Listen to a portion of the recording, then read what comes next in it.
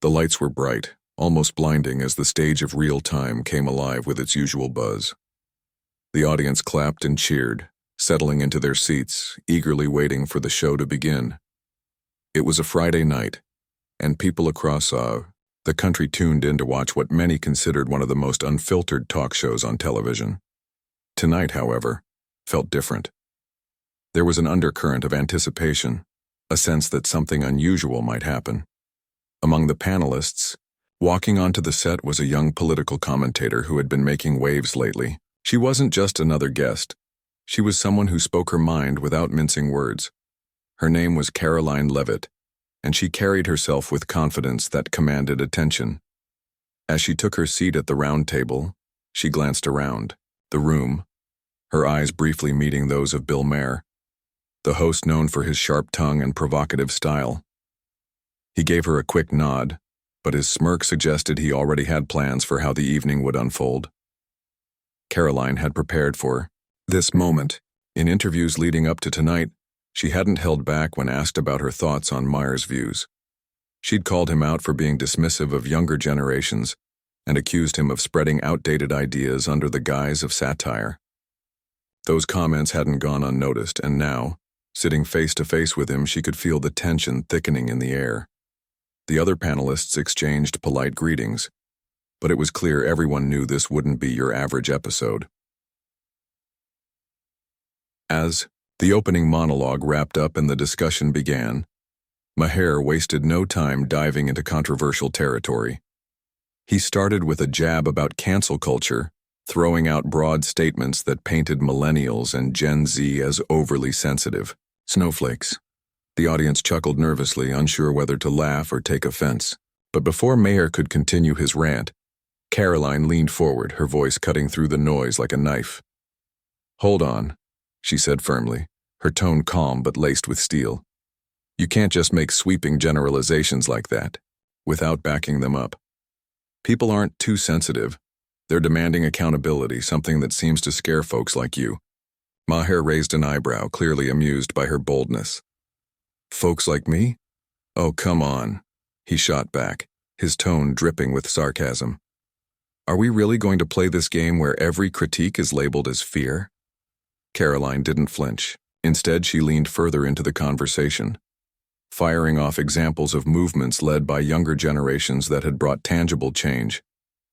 From climate activism to racial justice initiatives, she laid out facts and figures that backed her argument. Each point landed like a punch, leaving Maher scrambling to counter her logic.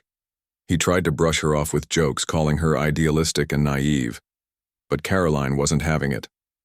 With each retort, she grew more composed, her delivery sharper.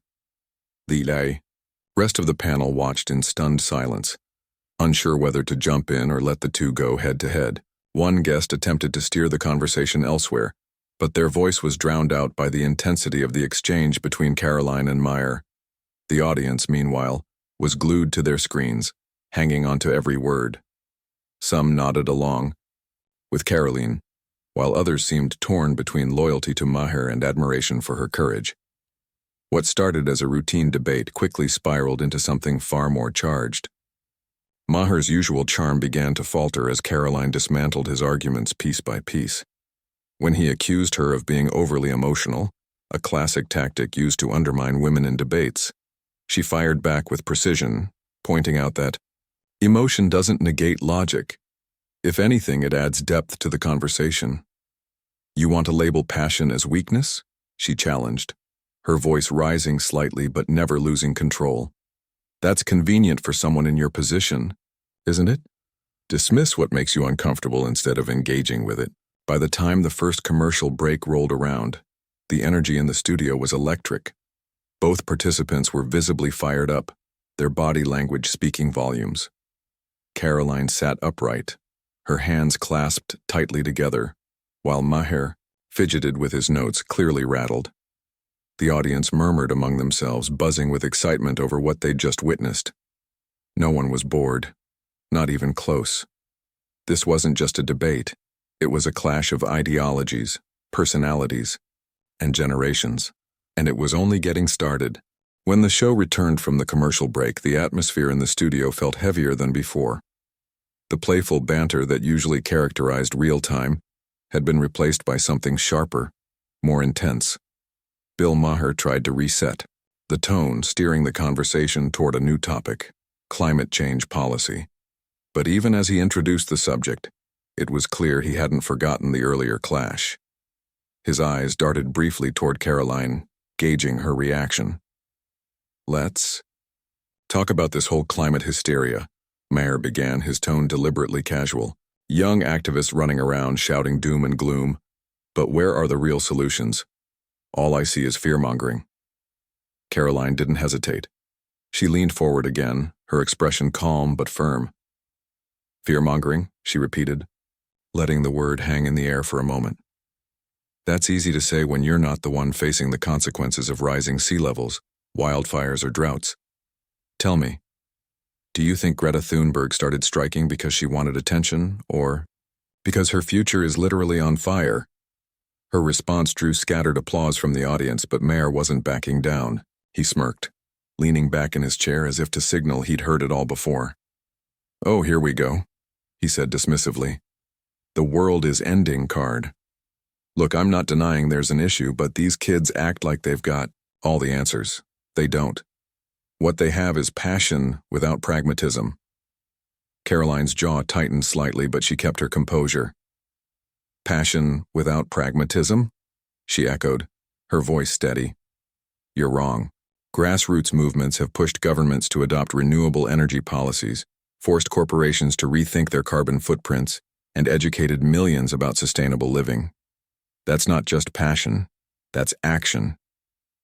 Maher waved, a hand as though brushing off her points. Sure, planting trees and using metal straws, very impressive." His sarcasm dripped thickly, drawing nervous laughter from parts of the audience. But Karoline wasn't laughing. "Mock all you want," she shot back, her voice gaining intensity. "But while you're busy belittling efforts to save the planet, people are dying, communities are being displaced, ecosystems are collapsing, and instead of addressing the root causes, you'd rather pat yourself on the back for recycling once a month." The room fell silent. Even the other panelists seemed hesitant to interrupt, sensing the gravity of the moment. Maher shifted uncomfortably, in his seat, realizing he might have underestimated how deeply this issue mattered to Karoline. For someone who prided himself on staying one step ahead in debates, he now looked uncharacteristically cornered. "You're missing the point," he finally said, trying to regain control. "I'm not against progress, I'm against unrealistic expectations. These activists demand perfection overnight, and when it doesn't happen, they cry foul." Karoline shook her head slowly, disappointment etched across her face. "That's such a lazy argument," she replied. "No one expects perfection overnight. We expect effort. We expect accountability. What we get instead are excuses wrapped in cynicism. You sit there mocking young people for caring too much, but what are you doing to help? Anything, or are you just content to crack jokes while the world burns?" Her words landed like a gut punch. The audience, which had been murmuring quietly, throughout the exchange erupted into applause. Some stood up, cheering loudly, while others exchanged wide-eyed glances. This wasn't just a debate anymore. It was a reckoning. Maher's usual armor of wit and sarcasm was cracking under the weight of Karoline's conviction. For a split second, he looked genuinely rattled. Then, almost reflexively, he doubled down. "Well, aren't you the moral compass of the universe?" he quipped, forcing a laugh that sounded hollow even to him. "Next thing you'll tell me is that I'm complicit in destroying the planet." Karoline stared at him, her gaze unwavering. "Funny you should say that," she said, her voice quieter but no less powerful. "Because complacency is exactly what allows problems like this to fester. Sitting back, making snide comments, acting like you're above it all, that's complicity. And honestly, it's pathetic." The word hung in the air, sharp and undeniable. Pathetic. The audience gasped, audibly, some covering their mouths in shock. Even the crew behind the cameras exchanged glances, unsure of what would happen next. Maher's face flushed red, whether from anger or embarrassment it was hard to tell. He opened his mouth to respond, but Karoline wasn't finished. "I came," Here tonight to have a conversation, she continued, her voice rising with each word. But you don't want a conversation, you want a spectacle. You thrive on controversy, on tearing people down instead of building them up. Well, I won't be part of that, not tonight. With that, she stood up abruptly, pushing her chair, back with a loud scrape. The sound reverberated through the studio, silencing everyone instantly. For a moment, time seemed to freeze. Karoline's eyes locked onto Maher's, daring him to say something, anything to justify what had just transpired. But he didn't. Instead, he sat there, stunned, his trademark smirk nowhere to be seen. The audience held its collective breath, unsure of what to do. Some clapped hesitantly, while others simply stared, processing what they'd just witnessed. Karoline turned away from the table, her heels clicking sharply against the floor as she marched toward the stage manager. "I'm done," she said, firmly, her voice cutting through the silence. "Get me out of here." The stage manager nodded quickly, signaling for security to escort her backstage.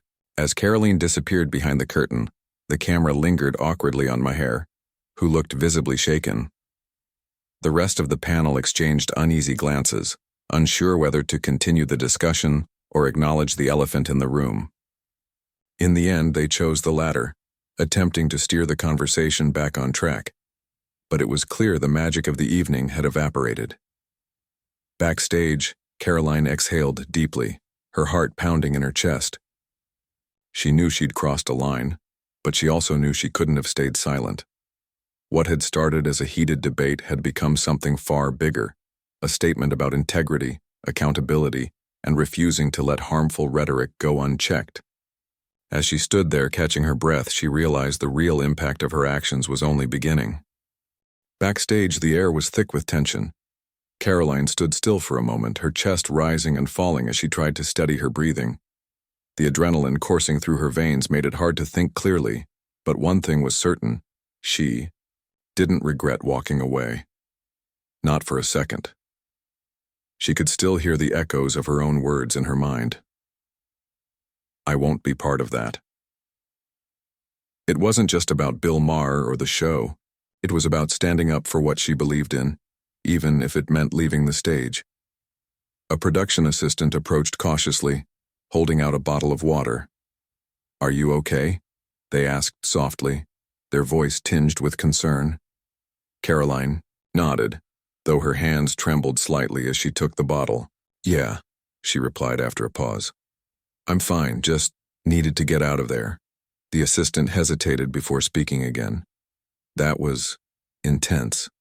People are already talking about it online, like everywhere." She raised an eyebrow, curiosity mixing with apprehension. "What do you mean?" "You don't know?" the assistant said, pulling out their phone. They unlocked the screen and handed it over. Social media feeds were ablaze with clips of the confrontation. Tweets, Instagram posts, TikTok videos. It seemed like everyone had something to say. Some praised her boldness, calling her a hero for refusing to tolerate disrespect. Others criticized her decision to walk off, labeling it unprofessional or overly dramatic. The comment section under each post was a battleground of opinions, with debates raging back and forth. Karoline scrolled through the chaos, her emotions swinging between pride and doubt. On one hand, she felt validated, knowing that so many people supported her stance. Seeing messages from young activists who thanked her for speaking truth to power brought a small smile to her face. But on the other hand, the criticism stung. Was she too harsh? Did she handle it the wrong way? These questions swirled in her mind, making it hard to focus. Before she could dwell on them further, her phone buzzed incessantly in her pocket. Pulling it out. She saw notifications flooding in, texts, emails, missed calls. Friends, colleagues, and even strangers were reaching out, some offering congratulations, others expressing concern. One text stood out: "You did the right thing. Don't let anyone tell you otherwise." It was simple, yet it hit her deeply. Maybe this moment wasn't just about her personal feelings. Maybe it was bigger than that. A chance to spark a larger conversation about accountability and respect in public discourse. Meanwhile, back on set, Bill Maher struggled to regain control of the show. After Karoline's dramatic exit, the remaining panelists exchanged awkward glances, unsure how to proceed. The audience murmured among themselves, divided between those who applauded her bold move and those who thought she'd gone too far. Maher finally broke the silence, attempting to brush off the incident with his trademark humor. "Well," he began, forcing a chuckle, "that was unexpected. Guess we lost one of our panelists tonight, folks. Who knew climate change could be so dramatic?" His attempt at levity fell flat. The audience responded with scattered laughter, but it lacked genuine enthusiasm. Even Maher himself seemed unsettled, his usual confidence wavering. For someone accustomed to dominating conversations, being called out so publicly and walking away with no clear rebuttal was unfamiliar territory. As the segment dragged on, the rest of the panel tried to steer the discussion toward lighter topics, but the energy in the room had shifted irreversibly. Every joke felt forced, every comment half-hearted. The elephant in the room loomed large, impossible to ignore. By the time the closing credits rolled, it was clear that this episode would be remembered not for its usual wit and banter, but for the explosive clash that overshadowed everything else. In the days following the show, the fallout dominated headlines. News outlets dissected every detail of the confrontation, replaying clips and analyzing body language. Late-night hosts joked about it, memes circulated online, and opinion pieces flooded publications. Some argued that Karoline's decision to walk off was a powerful statement against toxic rhetoric, while others accused her of prioritizing theatrics over dialogue. Regardless of where people stood, one thing was undeniable. The incident had sparked a national conversation. Bill Maher addressed the controversy on his next episode, albeit reluctantly. Sitting behind his desk, he opened with a self-deprecating quip, trying to downplay the significance of what had happened. "So, apparently I pissed off the internet again," he said with a smirk. Big surprise, right? But beneath the humor, there was a hint of reflection. He admitted, albeit vaguely, that perhaps he'd underestimated his opponent. "Look, I've been doing this a long time and I'm used to pushing buttons. Sometimes it works, sometimes it doesn't. This time I guess I pushed the wrong one." Teal, admission, subtle as it was, signaled a rare moment of humility from Maher. While he stopped short of apologizing, his tone suggested he recognized the impact of his words and the backlash they had provoked. For Karoline, the whirlwind of attention showed no signs of slowing down. Media requests poured in, inviting her to share her side of the story. Podcasts, morning shows, and news programs all wanted a piece of her. She accepted a few interviews, using the platform to explain her perspective without sounding defensive. In one particularly candid conversation, she reflected on the emotions that drove her actions. "It wasn't easy," she confessed. "Walking off live TV isn't something you plan to do. But in that moment, I realized staying silent would have been worse. You can't sit there and let harmful ideas go unchecked, especially when they're disguised as jokes or just opinions. At some point, you have to draw a line." Her honesty resonated with viewers, many of whom admired her willingness to stand by her principles, even at great personal cost. Speaking engagements and collaboration offers began rolling in, solidifying her status as a prominent voice in political commentary. Meanwhile, critics continued to scrutinize her methods, sparking debates about the role of civility in public discourse. Through it all, Karoline remained grounded. She knew the spotlight wouldn't last forever, and that was okay. What mattered most was the message behind her actions, a reminder that integrity often requires difficult choices. And as she looked ahead, she couldn't help but feel hopeful. Hopeful that maybe, just maybe, moments like these could inspire others to speak up too. The weeks following the heated showdown on Real Time turned into a whirlwind for Karoline. Her life had always been busy, but now it felt like she was living in overdrive. Every morning started with her phone buzzing nonstop, emails, interview, requests, messages from supporters and critics alike. Some days she barely had time to eat breakfast before jumping into another call or appearance. It was exhausting, but also exhilarating. For the first time, she felt like her voice was truly being heard, not just by those who already agreed with her, but by people who might not have given her perspective a second thought before. One of the most memorable moments came during an appearance on a popular morning show. The host greeted her warmly, praising her courage for standing up to someone as influential as Bill Maher. "Let's talk about what happened," the host said, leaning forward with genuine curiosity. "What was going through your mind when you decided to walk off that stage?" Karoline took a deep breath, collecting her thoughts. "Honestly, I didn't plan it," she admitted. "It wasn't some grand strategy or dramatic move. It was instinct. Sitting there listening to dismissive comments about issues that mattered deeply to me, I realized I couldn't stay silent. Staying would have meant accepting those ideas as valid, and I just couldn't do that." Her honesty struck a chord with viewers. Social media lit up again, this time with people sharing snippets of the interview. Comments poured in, many expressing gratitude for her transparency. "Finally, someone who calls things out for what they are," one viewer wrote. Another added, "She's right. You can't compromise your values just to keep the peace." But not everyone was cheering. Critics argued that walking off a live show was unprofessional and undermined the idea of open dialogue. "If you can't handle tough conversations, maybe you shouldn't be on TV," one op-ed read. Others accused her of prioritizing emotion over reason, claiming her actions proved she wasn't ready for serious debates. Karoline saw these critiques, of course. How could she not? They were everywhere, in headlines, comment sections, even direct messages. At first, they bothered her. She'd lie awake at night replaying the confrontation in her mind, wondering if she could have handled it differently. But eventually, she realized something important. Criticism comes with the territory. If she wanted to make an impact, she'd have to learn to tune out the noise and focus on the bigger picture. And the bigger picture was undeniable. Her bold move had sparked conversations far beyond the confines of the show. People were talking, not just about climate change or generational divides, but about how we engage with each other in public discourse. Was it okay to shut down harmful rhetoric? Or should all ideas, no matter how damaging, be given a platform?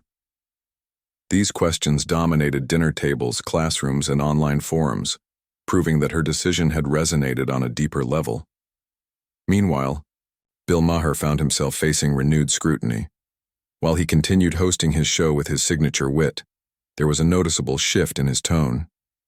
Gone were the overly aggressive jabs at younger generations. Instead, he seemed more cautious, almost reflective. During one episode, he addressed the backlash head-on, albeit indirectly. "You know, sometimes I wonder if I push things too far," he mused, staring into the camera. "I mean, my job is to provoke thought, not necessarily agreement. But lately I've been thinking, maybe there's a line between provoking thought and provoking harm." It wasn't an apology, nor did it come close to acknowledging any wrongdoing. But it was enough to signal that the incident had left its mark. Even longtime fans of the show noticed the change, with some speculating that Maher was trying to avoid another viral controversy. Whether it was genuine growth or damage control, only he knew for sure.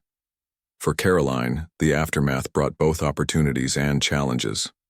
On one hand, she became a sought-after speaker, traveling across the country to deliver keynotes at conferences and universities.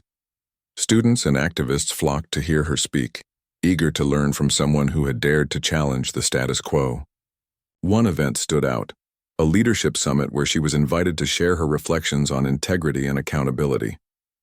Standing on stage in front of hundreds of attendees, Karoline spoke candidly about the night that changed everything. "Walking off that stage taught me something valuable," she said, her voice steady but warm. "Sometimes standing your ground means knowing when to step away. Integrity isn't always about staying in the fight. It's about choosing what aligns with your values even when it feels uncomfortable." Her words earned a standing ovation, with audience members rushing to shake her hand afterward. Many thanked her for inspiring them to speak up in their own lives, whether it was at work, in relationships, or within their communities. For Karoline, these interactions were the most rewarding part of the entire experience. Knowing she had made a difference, however small. kept her going during moments of doubt. Of course, not every interaction was positive. Trolls online continued to attack her, questioning her motives and mocking her decision. Some even dug up old tweets or past statements, trying to paint her as hypocritical. But Karoline refused to let them derail her. Instead, she focused on the people who mattered, the ones reaching out to say they felt seen, heard, or empowered because of her actions. As months passed, the frenzy began to die down. The media moved on to new controversies, and life slowly returned to normal, or as normal as it could be for someone thrust into the national spotlight. Yet the ripple effects of that night lingered. Clips of the confrontation continued to resurface, often shared by educators using it as a case study in communication courses. Podcast hosts referenced it during discussions about free speech and accountability. Even late-night comedians occasionally joked about it, keeping the memory alive in pop culture. Looking back, Karoline realized the incident had transformed her in ways she hadn't anticipated. Before that night, she'd been confident in her beliefs but hesitant to put herself fully in the public eye. Now, she embraced her role as a voice for meaningful change, unafraid to ruffle feathers if it meant sparking important conversations. She understood that progress rarely came without discomfort, and sometimes walking away was the bravest thing you could do. As for Bill Maher, the incident served as a reminder of the power dynamics at play in media. While he remained a polarizing figure, his approach softened slightly, suggesting he too had learned something from the encounter. Though their paths never crossed again publicly, the clash between them became a defining moment in modern television history, one that challenged audiences to think critically about the kind of discourse they wanted to support. In the end, it wasn't just about two individuals with opposing views. It was about the broader cultural shift happening around them, a movement toward greater accountability, empathy, and respect in how we talk to each other. And while the road ahead wouldn't be easy, Karoline walked it with her head held high, knowing she'd played a part in shaping the conversation. Months after the incident, Karoline found herself reflecting on how much her life had changed. What started as a single moment of defiance had snowballed into something far greater, a movement of sorts, driven not just by her, but by the countless people who resonated with her message.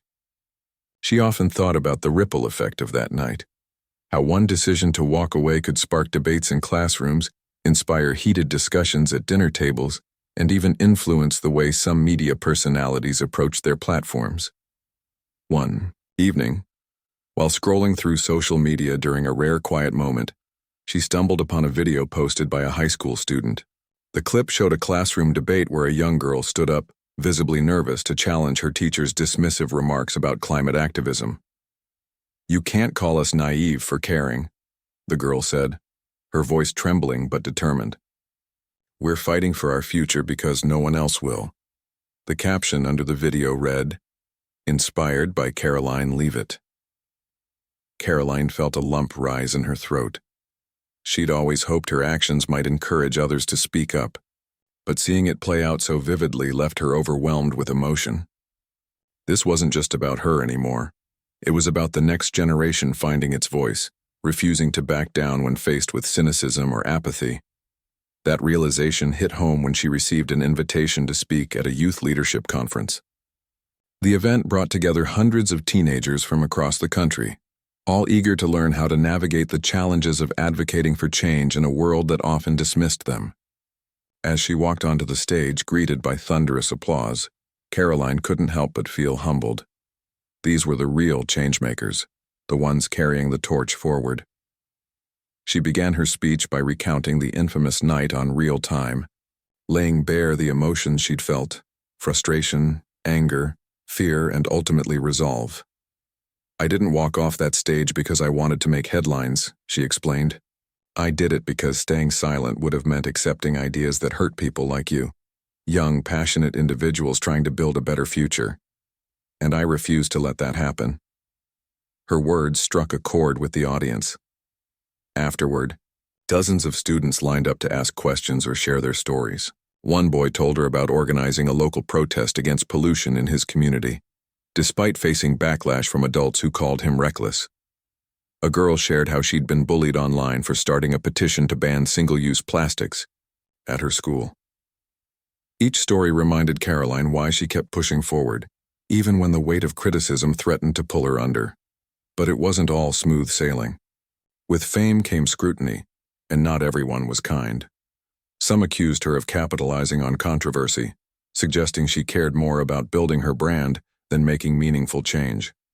Others dismissed her entirely, labeling her as too emotional or inexperienced to tackle complex issues. At times, the negativity wore her down, leaving her questioning whether the sacrifices were worth it. During one particularly tough week, after reading yet another harsh critique online, she called her closest friend for support. "Do you ever feel like maybe you should have handled things differently?" she asked, her voice tinged with doubt. Like maybe walking off wasn't the right move? Her friend paused before responding. "Look, there's no perfect playbook for moments like that. But think about this. How many people are talking about the issues you care about now? How many kids see themselves in you and feel brave enough to stand up for what they believe in? That doesn't happen if you stay quiet." Those words stayed with her long after the call ended. They reminded her that progress wasn't linear, nor was it free of mistakes. What mattered most was the intention behind her actions and the impact they had on others. Meanwhile, Maher continued hosting his show, though subtle changes in his approach became more apparent over time. He toned down some of his sharper jabs, opting for humor that leaned less on ridicule and more on satire. In interviews, he occasionally referenced the incident, framing it as a learning experience. "Sometimes you push too hard," he admitted during a podcast appearance. "And when you do, you realize it's not just about winning arguments, it's about fostering understanding." Whether those comments reflected genuine growth or strategic recalibration remained unclear. Critics argued he was simply adjusting his tactics to avoid further backlash, while supporters praised him for adapting. Either way, the shift signaled that the confrontation hadn't gone unnoticed, even by someone as seasoned as Maher. As the months rolled on, Karoline began channeling her energy into new projects. She launched a podcast focused on amplifying voices often excluded from mainstream conversations. Activists, educators, and grassroots organizers working tirelessly behind the scenes. Each episode centered around real-life stories of resilience and innovation, showcasing the power of collective action. Listeners responded enthusiastically, praising the show for offering solutions rather than dwelling solely on problems. She also collaborated with nonprofit organizations, using her platform to raise awareness about causes close to her heart. From environmental justice to mental health advocacy, she threw herself into initiatives aimed at creating tangible change. It wasn't glamorous work. Most days involved endless meetings, phone calls, and late-night research, but it gave her a sense of purpose beyond the spotlight. Still, the memory of that fateful night lingered, shaping everything she did moving forward. During a particularly reflective moment, she penned an essay for a major publication, detailing the lessons she'd learned since walking off the set. "Standing up isn't always easy," she wrote.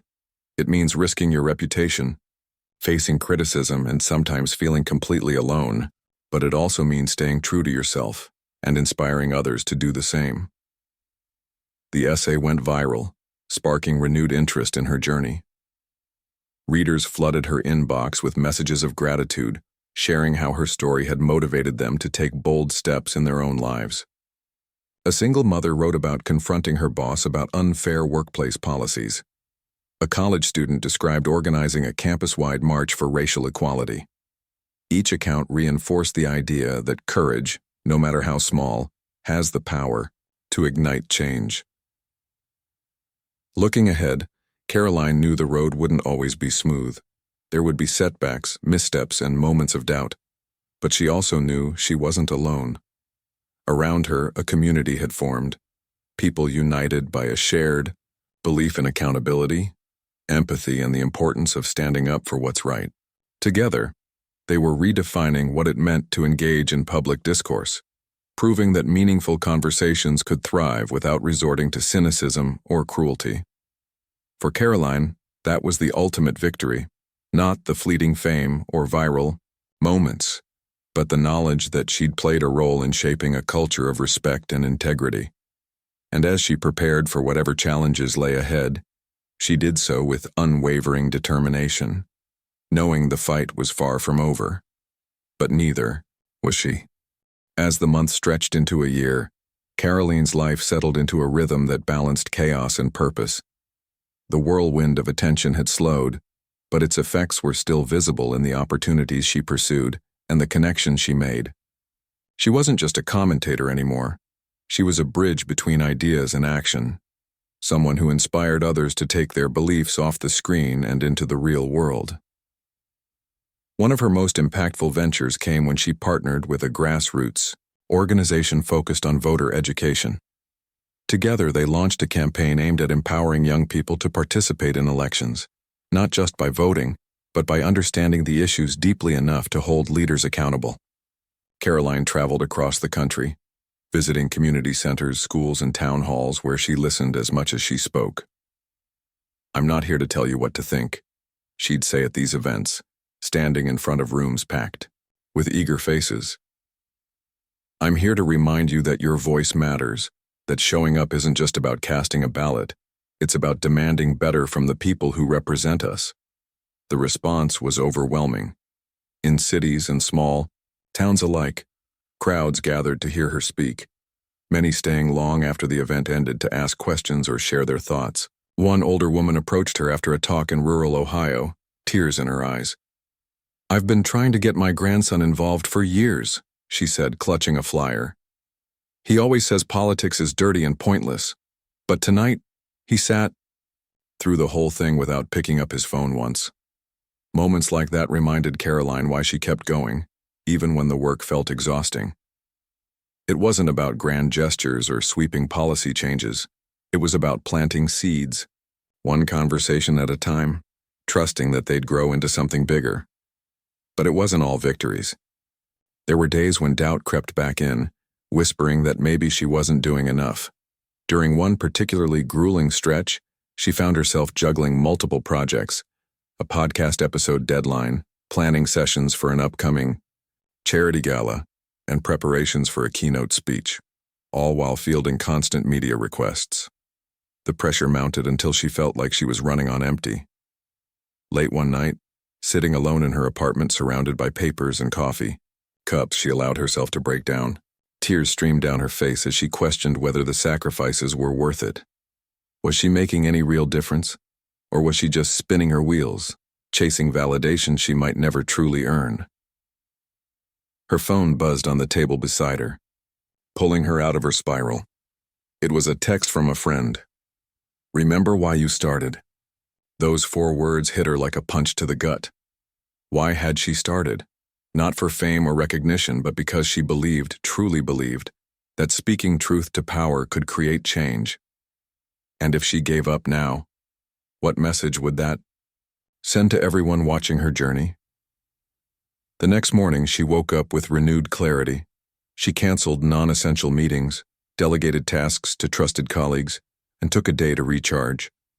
For the first time in weeks, she stepped outside, breathing in fresh air and reminding herself that burnout wouldn't help anyone.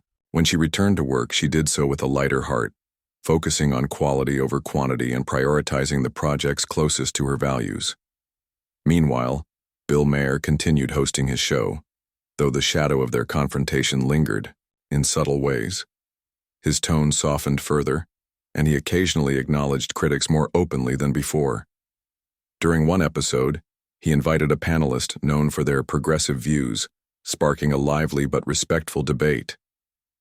Critics noted the shift, speculating that perhaps the incident with Karoline had nudged him toward a more balanced approach, or at least a less combative one. For Karoline, the contrast between her path and Maher's evolution became a source of reflection.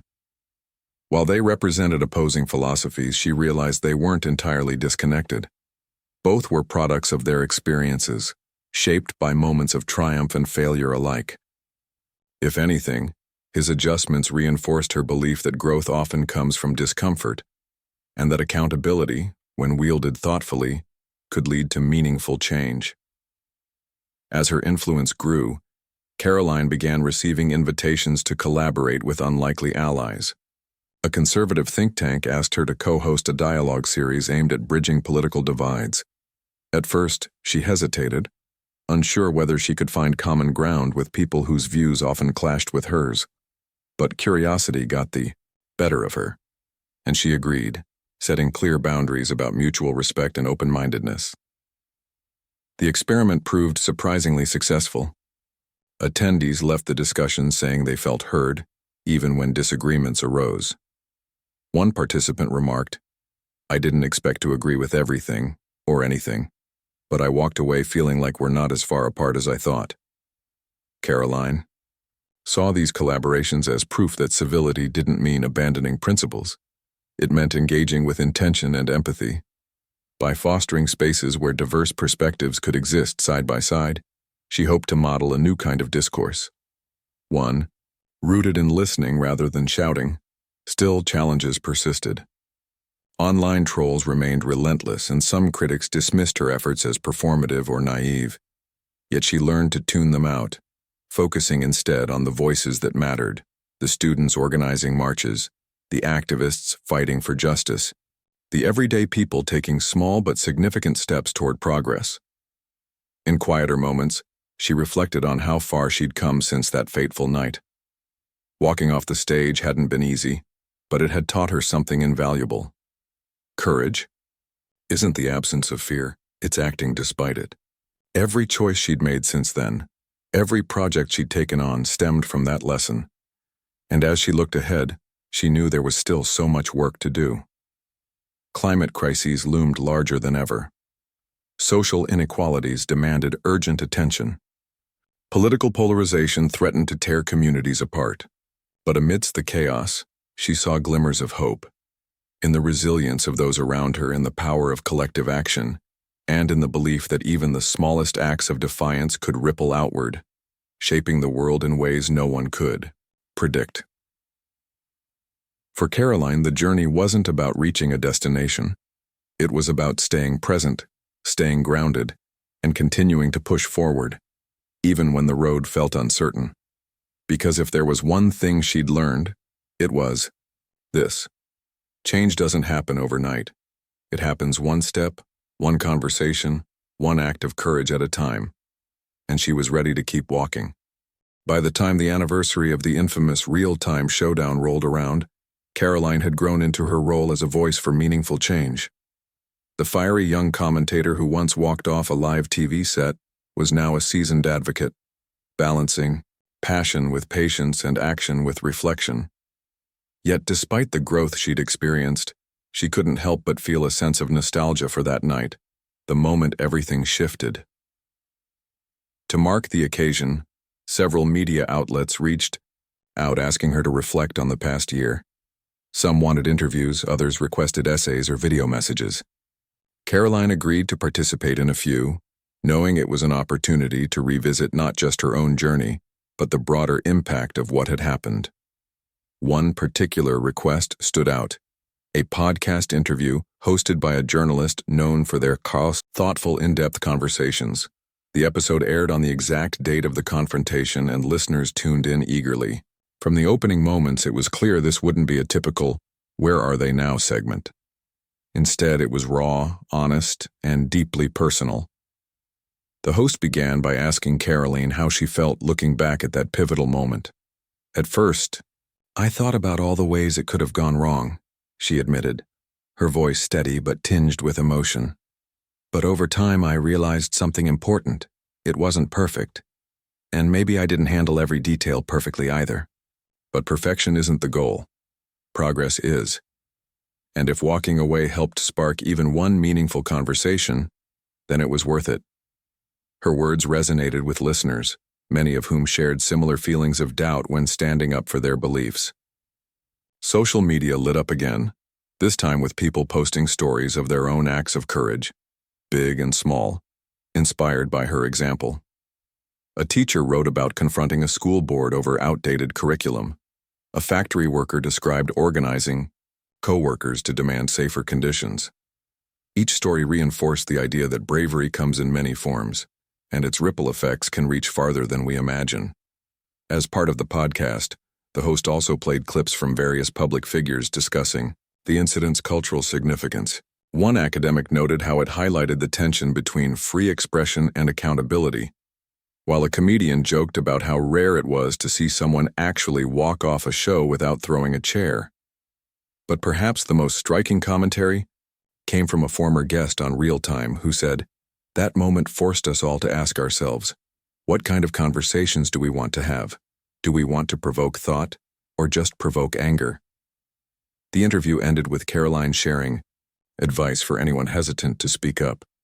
"You don't need to be fearless to make a difference," she said. "You just need to care enough to try. Start small, have tough conversations with friends, challenge ideas you disagree with respectfully, take steps toward the world you want to see. Those little things add up." The response to the podcast was overwhelming. People praised Karoline for staying grounded and using her platform wisely. Critics, however, continued to question whether her actions had truly moved the needle or simply added fuel to divisive debates. For Karoline, though, the mixed reactions were proof that she was doing something right. If everyone agreed with her, she reasoned, she probably wasn't pushing hard enough. Meanwhile, Bill Maher addressed the anniversary during his own show, framing it as a turning point, not just for him personally, but for the way he approached hosting. "I've always believed in challenging people, making them uncomfortable enough to think," he said. "But sometimes discomfort cuts both ways. Maybe I forgot that for a while, but I'm learning." His remarks sparked another round of discussions online, with fans and detractors debating whether he'd genuinely changed or simply adapted to avoid further controversy. Regardless of intent, the shift was undeniable. His tone remained sharp but less biting, and his guests increasingly reflected a wider range of perspectives. For Karoline, the real measure of success wasn't in how others responded. It was in the tangible changes she saw happening around her. Grassroots movements gained momentum, fueled by young activists unafraid to challenge the status quo. Conversations about climate justice, racial equity, and economic fairness became more mainstream, thanks in part to voices like hers keeping these issues in the spotlight. One evening, months after the podcast aired, Karoline found herself sitting alone on her balcony, watching the sunset. Her phone buzzed with yet another message, a teenager thanking her for inspiring them to join a local environmental group. She smiled softly, setting the phone aside and leaning back in her chair. In that quiet moment, she allowed herself to feel proud, not of the fame or recognition, but of the lives touched along the way. She knew the road ahead would still be bumpy. There would be days when progress felt impossibly slow, when cynicism threatened to drown out hope. But she also knew she wasn't alone. Around her, a community had formed, people united by the belief that change was possible, even if it required sacrifice and struggle. As darkness fell, Karoline made a silent promise to herself: to keep showing up, keep speaking out, and keep believing in the power of integrity. Because if there was one thing she'd learned over the past year, it was, this courage isn't loud or flashy, it's steady. It's choosing, day after day, to stand for something greater than yourself. And so, with the lessons of the past firmly in mind and her eyes fixed on the horizon, Karoline prepared to face whatever challenges lay ahead. Whatever storms might come, she was ready. Not because she had all the answers, but because she trusted in the strength of those fighting alongside her. Together, they were redefining what it meant to engage in public discourse, proving that empathy and accountability could coexist. In the end, it wasn't just about one heated clash on live TV. It was about the ripple effects of that moment. The conversations sparked, the barriers broken, and the countless individuals inspired to take a stand. For Karoline, that was the ultimate victory, and as she stepped into the future, she did so with unwavering determination, knowing the fight was far from over, but neither was she.